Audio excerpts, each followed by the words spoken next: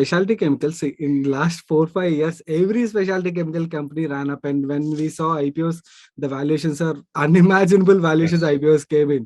So now I think a lot of froth going away.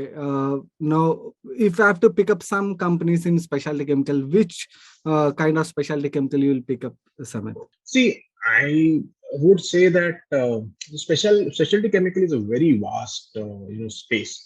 Again, I would say look at companies which are sort of import substitute.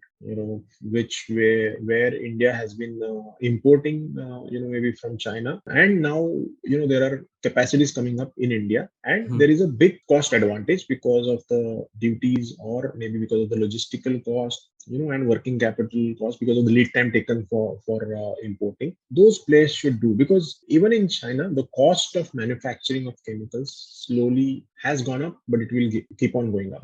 With higher compliance of pollution, and the support from government, reducing over a period of time. And at the same time, India, you do have the advantage of, whether it's a PLI scheme or lower tax rate. And slowly, Indian companies are also gaining enough scale that they are pretty competitive in the market. So I think import substitution will be a much safer play.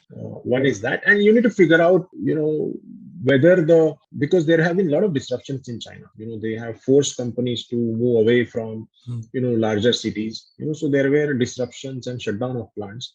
Many of those plants have come back, after 2.5 years, right? And because of COVID also, there were a lot of shutdowns, suddenly. And then at the same time, companies in India started making a lot of profits because of that short-term supply shortage.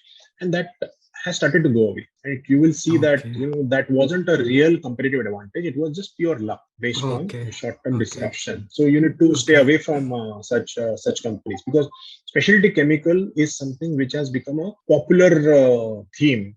So the valuation comfort that you got 5 years back or 6 years back, no longer you have. And so you need to be, again, very careful what you enter in, because you anyways are going to buy it at 25-30 times multiple, which is not a cheap multiple for a commodity. After all, specialty chemicals are also commodities. Samit, what's your view on textile theme? Many people are anticipating textile will play similar kind of specialty chemical play which happened between 2017 to 22. What's your take there?